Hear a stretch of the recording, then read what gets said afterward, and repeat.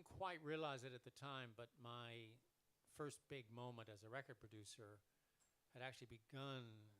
The starting gun for that had happened a couple of a few weeks before I went to Newport to start that job that I just talked about. I was in Britain, and I was hitchhiking around Scotland, and someone took me to a little pub in Edinburgh, and I saw these two weird-looking, shaggy, blonde-haired guys wearing tweeds in the middle of the summer, playing Scots tunes as if they'd gone to the Appalachians and returned to Scotland via Morocco and Bulgaria.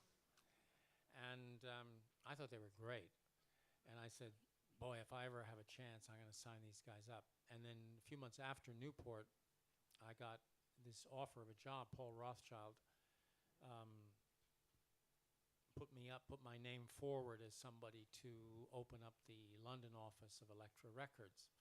And so I was over in London working for Elektra, and I went up to Scotland to find these guys again. And I discovered that they'd added a third member, and two of them had started writing songs. And I was very snooty at that time about didn't like singer-songwriters really, except Dylan, you know. Quite rightly, but can I just check on Hair, 1965?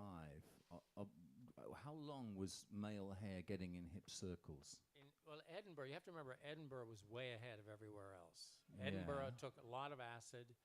There were all these people squatting in those beautiful Georgian houses and taking all kinds of drugs and wearing weird clothes and growing their hair long. In 65? Yeah, even before London. Wow. Yeah. They were really out there in Edinburgh.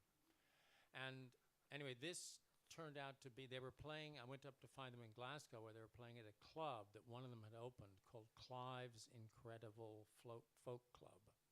And so, of course, they were called the Incredible String Band, as they were the house band of the Incredible Folk Club. And so I signed them up and made a record, which did pretty well, and then their songs were getting wilder and wilder, and I realized that they didn't belong in the folk scene. And as I got more involved in the London Underground, I started having them open for Pink Floyd and play at the UFO Club, and I got very smug because everything I decided worked so well. You know, they suddenly started touring America and playing the Fillmore. They opened for the Jefferson Airplane, and then 6 months later they came back and played their own show and filled the Fillmore in San Francisco. And they were touring all the time and selling lots of records, and 5,000 Spirits and the Layers of the Onion. One copy was sold to a young, spotty youth in England called Robyn Hitchcock. I hadn't even got any spots. I didn't know where you could get them from. But my mum actually bought it for my dad. But the first one with the white label, you mean? So you might have had a white label. Yeah, maybe we did. No, the first Elektra string band one. Yeah, that's right. Yeah. Because the second one, by which time you were distributed by Polydor, had an orange label, right? Okay, yeah. Just checking. That's true, just checking. This was very important back then. Yeah. And to some guys, including me, this is still very important. Anyway, so it was all going great. I mean, this was just, everything was working fantastically well. But of course, as you know, hubris, you know, the pride goeth before the fall, and there are always pitfalls whenever you think that everything is going smoothly. In November 1968, the Incredible String Band played to a sold-out Fillmore East for the third time in less than a year. I had an early morning flight to Los Angeles and a late date, and the tour manager had other tasks, so I was anxious to see the group sorted out as quickly as possible after the show. I knew a nice vegetarian place called The Paradox, a few blocks from the hall. While they chatted to fans and signed autographs, I ran down the street to hold a table. When I entered the restaurant, I was surprised to see David Simons greeting guests and snapping his fingers at the waitresses. I knew David Simons from Cambridge, where he had been Jim Kweskin's court jester of the Jim Kweskin Jug Band. For a year or so, he became a member of the Jug Band, adding some wacky vocals on old ragtime tunes and a bit of earnest harmonica.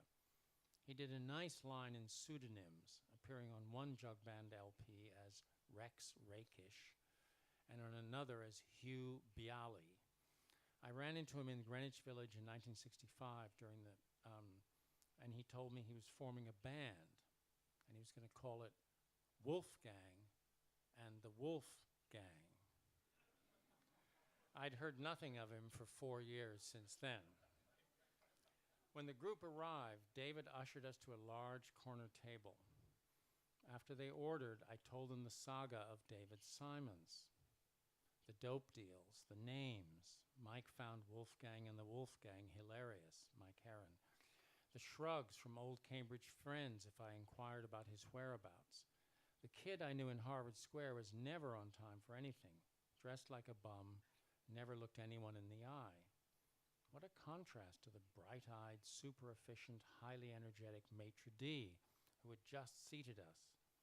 They listened, gripped by this tale of transformation in ways I failed to comprehend.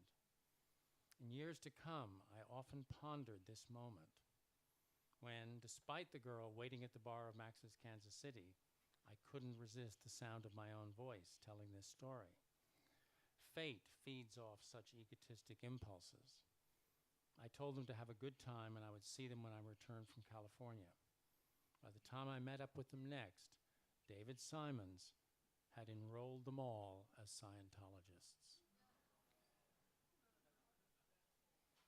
But this is a Mike Heron song before they were on Scientology.